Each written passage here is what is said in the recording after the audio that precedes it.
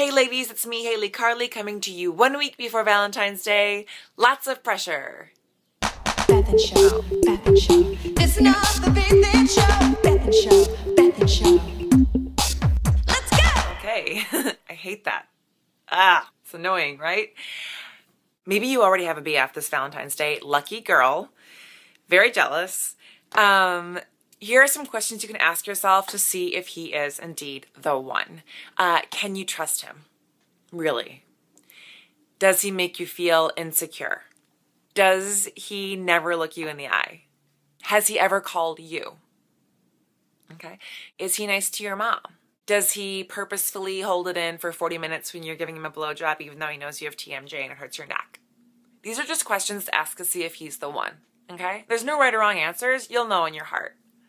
Okay, and now I figured it's time for me to really get personal because nothing's ever worked for me before. I have a really romantic story from last year's Valentine's Day. Just to give you like a mental picture, last year I was wearing an LBD that showed off my busty boyish curves and red accent jewelry and black as night nail polish. This was last year. This year I'll be wearing winky pinky natch. I was feeling really flirty and I met this guy at the bar. He didn't look like his OkCupid picture, but he was wearing a skinny tie, so I figured whatever.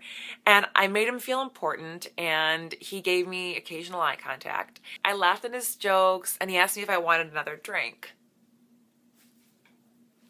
And I said yes. I was thinking in my head, like, that's 200 calories, but I was like, whatever, I can burn it off tomorrow. I guess I said that out loud, because then he was like, you're ridiculous. And I was like, you're ridiculous. And then we laughed, and then he was like, I'm actually out of a job because of the economy.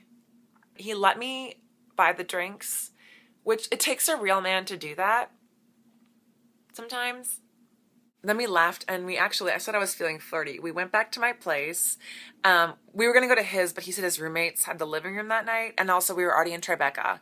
And I was thinking we'd walk. It was a nice night out, not too cold. But he was like, we should take a cab because you got like $10 back from that last round of drinks, right?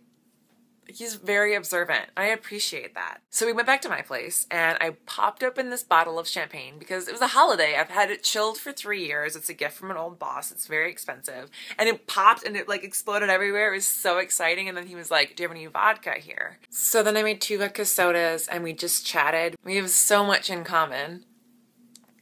Like, so much. Like, we both want kids one day. He said that and I just went to kiss him and he was like, I don't kiss in the mouth. And I was like, I love that movie. He was like, what, Die Hard? And I was like, no, I meant Pretty Woman, of course. But that did make me realize that he's a family man because Bruce Willis is a family man in Die Hard and he's probably a Christian because that's a Christmas movie. So that made me say just like, why don't... So personal. I was like, why don't you just stay over? Why not? It's too soon, like way too soon. But like, I don't have any time to waste. And also like, I wanted to marry him. He's the one. Like, he was smart. He was sweet. He was there. I was like, I'm ovulating. It's perfect. Like, we'll have a fall baby. And then, like, right away, he had, like, this allergic reaction to the champagne. And he had to get in a cab home, like, right away. But if he calls me this Valentine's Day, that's our 1-year anniversary. Isn't that romantic? Valentine's Day is also hard because it's associated with red, which is not a calming color. Blue is a calming color. I have this blue painting in my bathroom that sometimes I stare at for 2 hours before I can leave the apartment. But that doesn't mean I won't find the one.